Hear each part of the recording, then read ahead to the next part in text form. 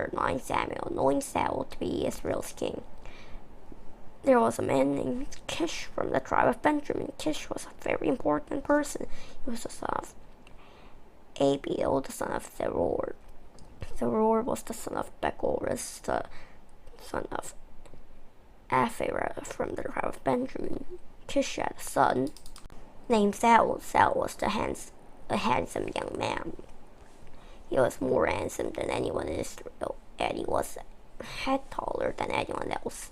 The donkeys that belonged to Saul's father Kish were lost. So Kish spoke to his son Saul. He said, "Go and look for the donkeys. Take one of the servants with you." Saul and his servant went through the hill country of Ephraim. They also went through the area around Shalisha, but they didn't find the donkeys, so they went on into the area of Shalim, but the donkeys weren't there either. And Saul went through the territory of Benjamin, but they still didn't find the donkeys. When Saul and the servant with him reached the area of Thub, Saul spoke to the servant. He said, "Come on, let's go back. If we don't, my father will stop thinking about the donkeys. Instead, he'll start worrying about us."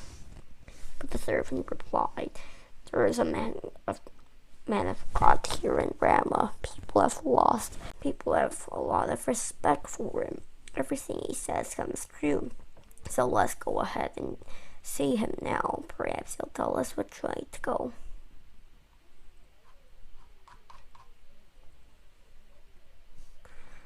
Saul said to his servant, "If we go to see the man, what can we give him?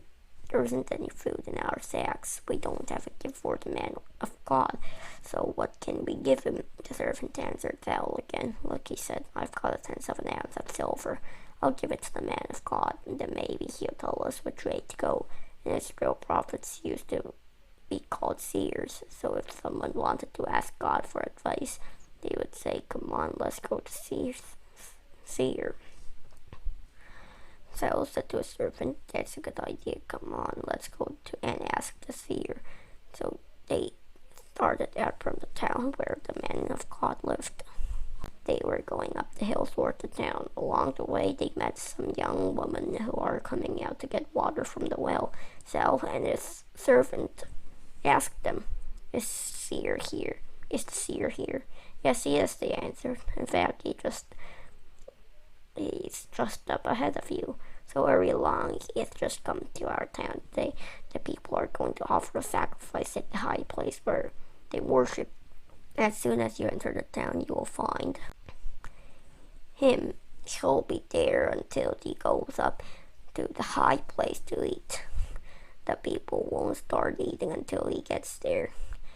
He must bless the sacrifice first. After that, those who are invited will eat. So go on up. You should find him there just about now." They went up to the town. As they were entering it, they saw Samuel. He was coming toward them. He was on his way up to the high place. The Lord had spoken to Samuel the day before Saul came. He had said, "About this time tomorrow I'll send you a man. He is from the land of Benjamin. Anoint him to be the king of my people Israel.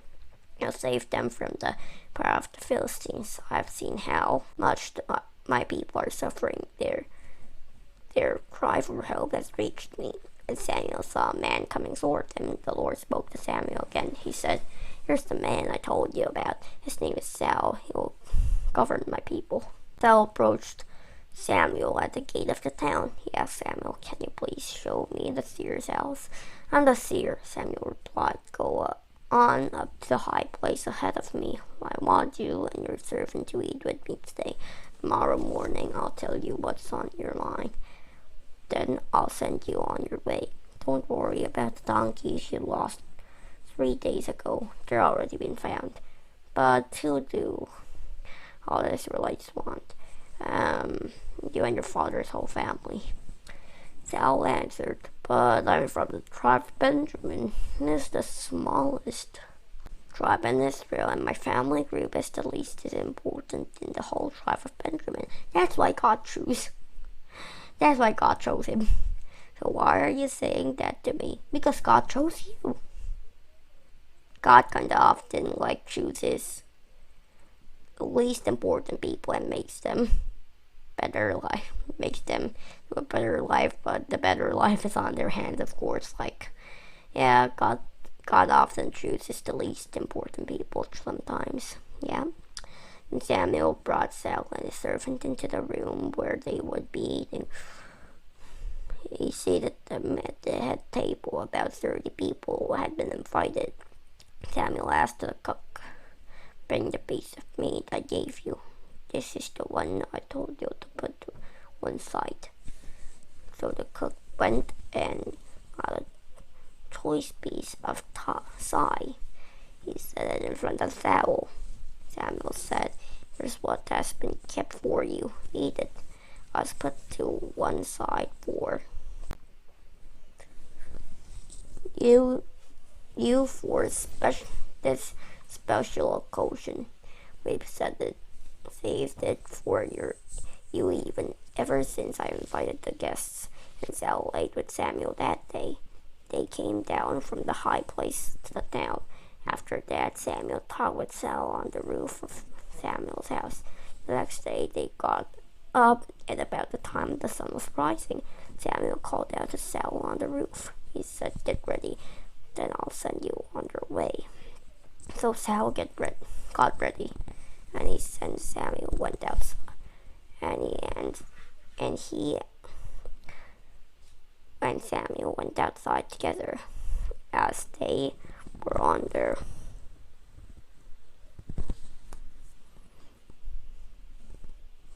way down to the edge of town, Samuel spoke to Saul. He said, "Tell the servant to go ahead of us." So the servant went on ahead. Then Samuel continued, "Stay here for a while. I give you a message from God."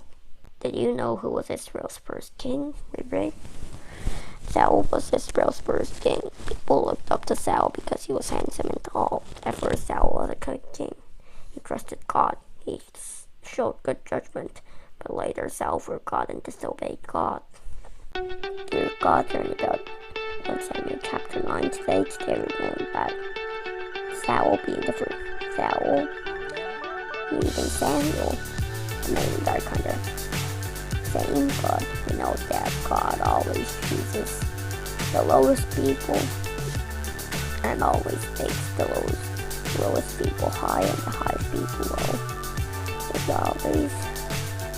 We will trust God and be like Saul's first part. That was Saul.